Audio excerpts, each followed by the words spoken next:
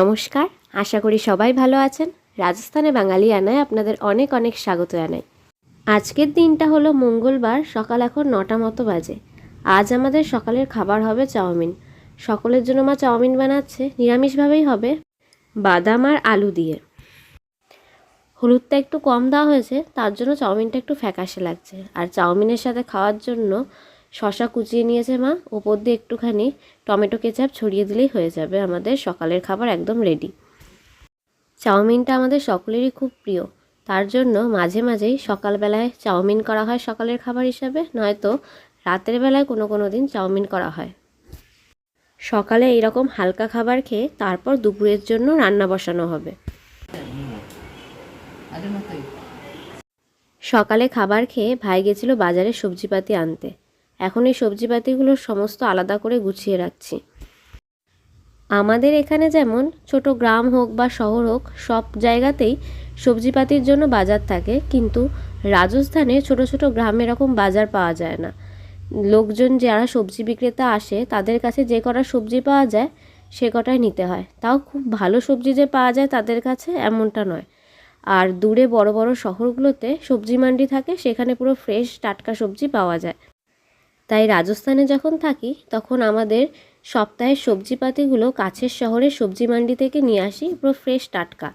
তারপর সেটা ফ্রিজে রেখে দিই। আর মাঝ সপ্তাহে যদি সবজিপাতি ফুরিয়ে যায় তখন গ্রামে যে সবজি বিক্রেতারা আসে তাদের কাছ থেকে টুকটাক সবজিপাতি রেখে দিই।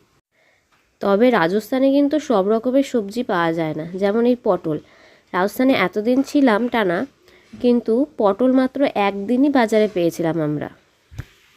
তারপরে এই কুমড়ো কিন্তু ওখানে কাঁচা কুমড়ো পাওয়া যায়, পাকা কুমড়ো পাওয়া যায় না।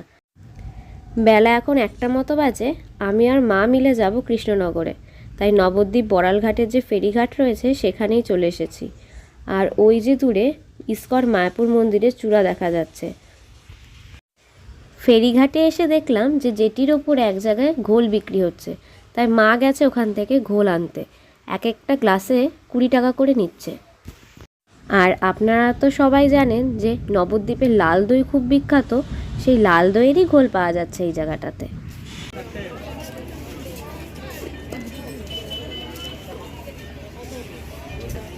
একটা নাও, দুটো নিচ্ছ কেন?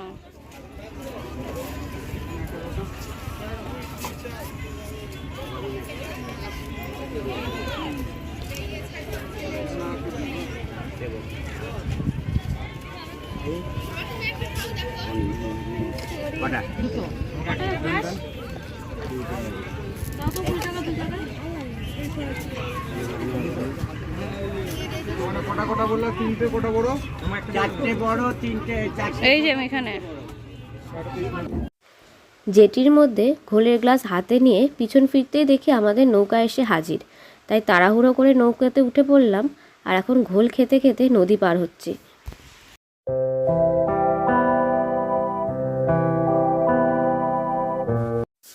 গঙ্গার উপর দিয়ে এখন পারাপার হচ্ছি। খুব সুন্দর ঠান্ডা ঠান্ডা হাওয়া দিচ্ছে, কিন্তু হাওয়া একদমই গায়ে লাগছে না, কারণ চারিদিকে একেবারে টাক ফাটা রোদ। তবে জেটির ওপরে যে ছোট ব্রিজের মতন জায়গাটা আছে ওইখানটায় দাঁড়ালে দারুণ সুন্দর হাওয়া দিচ্ছে, কারণ ওখানে তো আর রোদটা মাথায় লাগছে না, আর মন প্রাণ যেন জুড়িয়ে যাচ্ছে। এখন বিকাল 5:30 মতো বাজে। কৃষ্ণনগরের যা কাজ ছিল তা মিটিয়ে আমি আর মা বাড়ি চলে এসেছি। আর এসে দেখি আকাশ এরকম কালো হয়ে আসছে। ভাগ্য ভালো পথে থাকতে আর আকাশ কালো হয়ে আসেনি। তবে পুরো আকাশে কিন্তু মেঘ নেই। পূর্ব দিকের আকাশটা কালো লাগলেও পশ্চিম দিকের আকাশটা হালকা হালকা নীল। ছাদে যে সমস্ত কাপড় চোপড় ছিল সব তুলে নিয়ে গেলাম।